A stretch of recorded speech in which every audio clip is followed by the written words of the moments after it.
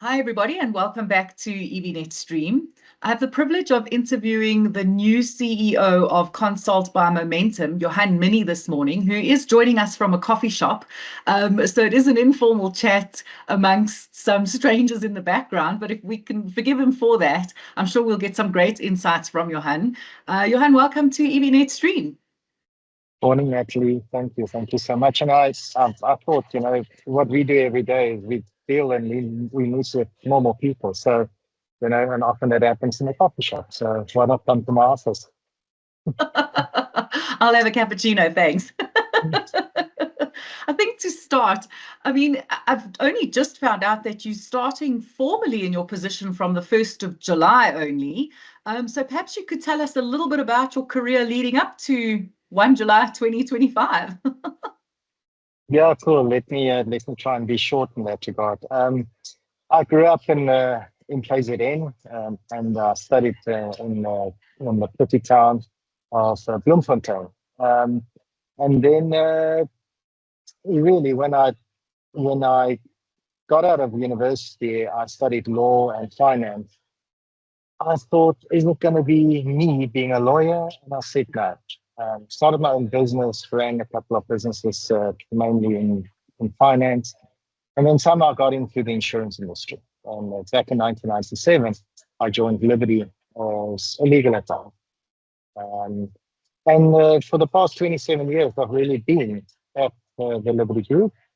I guess I'm one of those people that been a little bit through the ranks, and I ended up as the sales director and customer experience director at the Liberty Group. So during my tenure at Liberty, as I mentioned, I started in the legal department, then I went into broker distribution. Eventually, I headed up the sales and distribution teams at Liberty. And in 2017, we received a new CEO from Standard Bank, and we really decided to make the company client-centric. And that's when I also had additional responsibilities of looking at client centricity. During that time, Standard Bank was the major shareholder of Liberty, and it was decided that we're going to do a deal to buy up the minorities of the Liberty Group, delist Liberties. I think that happened in 2021 or 22, I'm unsure, been a while. And shortly after that, pretty much having done most of what I wanted to do at the group, I decided to take a bit of a sabbatical. So for the past 18 months, I have been spending a fair amount of time with my family. I have also started to put pen to paper and see if I can write a book on leadership, but specifically sales leadership. So how I got to Momentum is interesting. During that time, I was in the market asking a few questions, and they requested me to help them with the agency force, which I have been doing for the last number of months. And then I guess when the consult role came up, we engaged in it, and I'm happy to say that I'm really looking forward to that myself. Sure, that's quite a career, and I'm going to talk to you about your book in a moment. But before we get there, let's ask a question that may be obvious, but perhaps not. What are you hoping to achieve at Consult? Look, Consult's a wonderful business. It's about 10 years old, going into its 11th year. It's an independent financial advisory business with Momentum as a 100% shareholder. It has about 420 advisors, so rapid growth over the last 10 years. It focuses mainly on the retail affluent market. And what I really want to achieve is, I guess my purpose in life hasn't really changed. In South Africa, we have a massive insurance deficit and a retirement deficit. Mm-hmm. So I guess less than 700 people can really retire in South Africa. And the insurance gap is now approaching 40 trillion rand. If you're looking at it in the retail affluent market, that's close to 5 trillion rand. So there's a massive job to be done. I've always woke up in the morning saying that If I can get one more advisor in front of one more client, then I have achieved what I wanted to achieve. So that's overall really taking financial freedom through the market out there. If we talk about consult specifically, I guess it's really to continue to expand it into the resale excellent market, and then also start to venture into the private market. Sure. You've got a lot to do there, my friend. Good. So I wish you the I had a best good of luck. break. I had a good break. True. I can do it. True. I want to step into a world that right now seems upside down and crazy. Mm. What piece of investment advice would you give to an investor right now?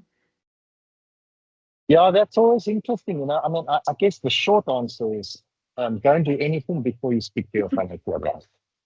And that is so important because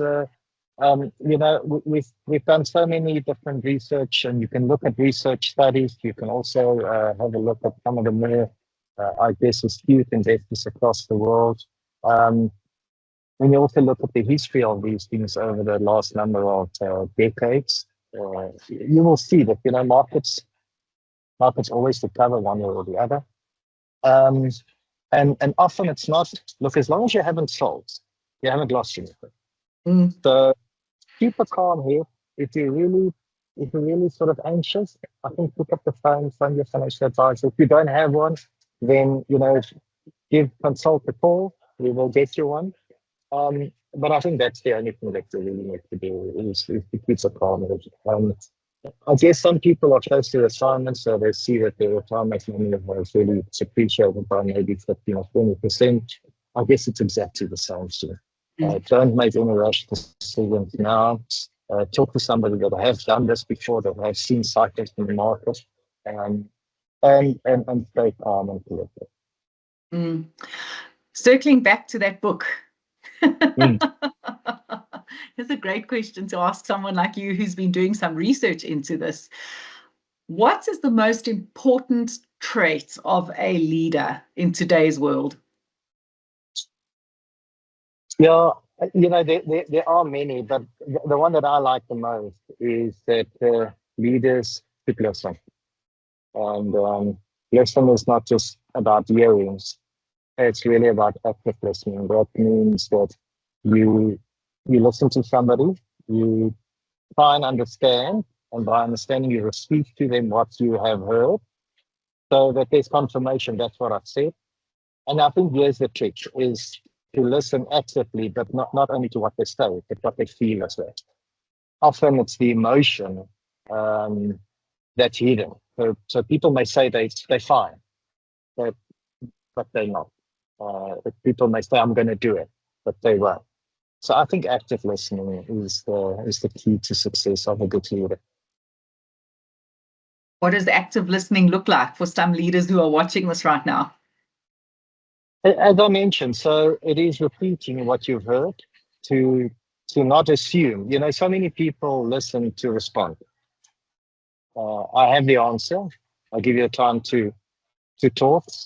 Then, I will give you the answer because I'm potentially more clever. I am after the leader. Um, if you can repeat what they said, they can agree to that. Immediately, that also shows respect. Then there's a connection between two people. Um, this person has listened to what I said, and they want to clarify if there's anything that they haven't heard. And then the active listening part comes in is to also have a look at the nonverbal and the emotion in the tone of voice, the body language, or whatever the case may be, and then verbalize that. I Mm. sense that you feel as follows. Um, for many leaders, especially modern leaders, that may be quite uncomfortable because now we're trading into the fluffy stuff. I certainly Mm. don't think so. I think that's the way that you take your people with you on the journey. I'm a firm believer of servant leadership. That means that you're not the strong person leading from the front. You're actually amongst your people and you lead with them, often from behind and not from the front.